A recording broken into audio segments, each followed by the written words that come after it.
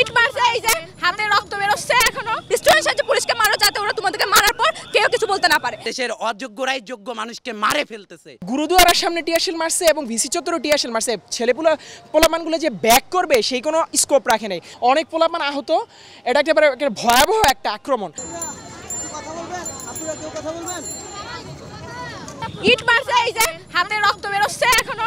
হ্যাঁ, তো এটা যদি প্রশাসন আমাদের প্রোটেক্ট করতে না পারে, আমাদের মতো সাধারণ শিক্ষার্থীদের প্রোটেক্ট করতে না পারে, তাহলে প্রশাসনের দিয়ে তো কোনো দরকার নাই। প্রশাসন দিয়ে আমরা কি করব? প্রশাসন দিয়ে আমরা কি করছেন আপনারা? মিডিয়া, হ্যাঁ, আপনারা এসব কি হচ্ছে? আমরা এর মধ্যে দিয়ে আসতে সবাই দেখছে, কোনো কারণ ছাড়া আমাদের উপর আক্রমণ করা হয়েছে। এখানে ওরা জামাত নাকি আমরা জানি না কারা ওদের উপর পুলিশের উপর আক্রমণ করছে, আর ওরা ভাবছে যে আমরা করছি। এখানে এটা ওদের ষড়যন্ত্র হতে পারে, পুলিশরা নিজেরা মিলে করতে পারে, অথবা সরকার ওদের এমন নির্দেশও দিতে পারে যে তোমরা স্টুডেন্ট সাথে পুলিশকে মারো যাতে ওরা তোমাদেরকে মারার পর কেউ কিছু বলতে না পারে। এখন ওরা বলবে যে পুলিশ আমাদের স্টুডেন্ট আমাদের উপর আক্রমণ করছে, আমরা করছি, কিন্তু আমরা তো করি নাই ভাই। আমরা শান্তিপূর্ণভাবে কলেজ থেকে বের হয়ে আসছি ভাই, আইডি কার্ড আছে। আমি ঢাকা ইউনিভার্সিটির স্টুডেন্ট। আমরা যখন না ওদেরকে পুশ করে হচ্ছে দিকে যাচ্ছিলাম আর কি, টিএসসির দিকে যাচ্ছিলাম, তারা যদি আমাদেরকে প্রতিহত করার চেষ্টা করতো বা মিছিলটা ছত্রভঙ্গ করার দেওয়ার চেষ্টা করতো, তাহলে 1% অন্তত পক্ষে টিয়ারশেল মারলে হতো। কিন্তু আপনারা দেখছেন যে তারা গুরুদুয়ারার সামনে টিয়ারশেল মারছে এবং ভিসি চত্বরে টিয়ারশেল মারছে। পোলাপানগুলো যে ব্যাক করবে সেই কোনো স্কোপ রাখে নাই। অসংখ্য মেয়ে ছিল, তাদেরকে বাধ্য করছে যে এই গেট ওয়ালগুলো টপকে ওই পাশে যাইতে। অনেক পোলাপান আহত হয়েছে। আমি নিজে এখান দিয়ে হাত ছিলে গেছে, ধোঁয়ার গন্ধে থাকতে পারতেছিলাম না। মাঝখানে মাঝ রাস্তার মধ্যে মারছে, দ্যাটস অ্যানাদার ইস্যু। কিন্তু তারা পরবর্তীতে মল চত্বর, সবুজ চত্বর পর্যন্ত, ক্যাম্পাসের একেবারে সেন্টার পয়েন্টে হার্টের মধ্যে গিয়ে পর্যন্ত টিয়ারশেল মারছে। যারা ছিল তাদের প্রচণ্ড শ্বাসকষ্টের সমস্যা হইতেছে, অনেক পোলাপান আহত। এটা একেবারে ভয়াবহ একটা আক্রমণ।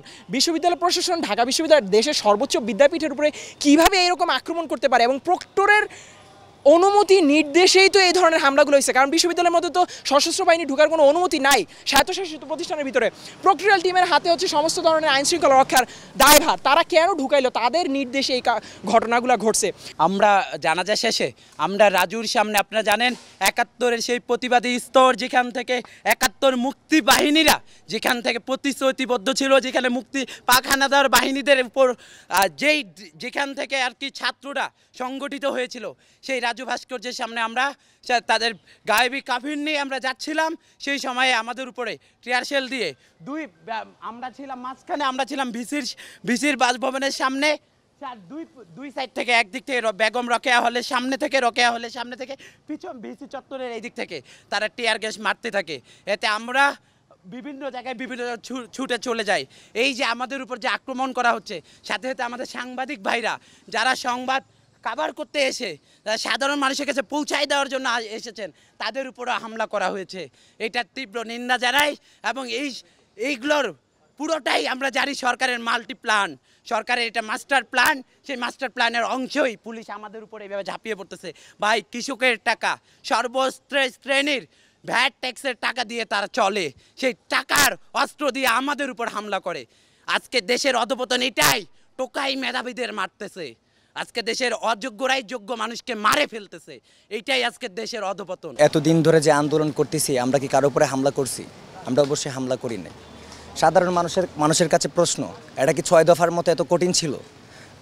বঙ্গবন্ধু শেখ মুজিবুর রহমান যে 6 দফা দাবি উত্থাপন করছিল, এটা কি এতটাও কঠিন ছিল? যেমন আগরতলায় মামলা দিয়ে বঙ্গবন্ধুরে ফাঁসানো হচ্ছে, এখন আমাদেরকেও ফাঁসানো হবে কয়েকদিনের মধ্যেই। এর মধ্যে আমি একজন। গতকাল আমাকে ঢাকা কলেজের এক ছাত্রলীগ কর্মী আমাকে বলে যে তোকে যেখানে পাবো সেখানে তোকে জবাই করব। আমাকে মৃত্যুর হুমকি দিছে। আজকে এখানে আমরা শান্তিপূর্ণভাবে একটা কর্মসূচি নিয়ে আসছিলাম বদরুন্নেসার শিক্ষার্থীদের নিয়ে। ইতিমধ্যে বদরুন্নেসা থেকে ছাত্রলীগ নিষিদ্ধ করছে ওনাদের এই অধ্যক্ষ, তো নিয়ে আসছে এখানে। তারপরে পুলিশ, তারপরে ছাত্রলীগ কর্মীরা টিয়ারশেল, তারপরে গুলি টুলি, রাবার বুলেট টুলে ছুটছে। আসলে ভাই আমরা নিরাপদ না। এখন এটা শুধু যে সাধারণ শিক্ষার্থীদের আন্দোলন এমনটা না। এখন এই আন্দোলনটা হচ্ছে গিয়ে দেশের প্রত্যেকটা মানুষের, প্রত্যেকটা গড়ের, প্রত্যেকটা সন্তানের।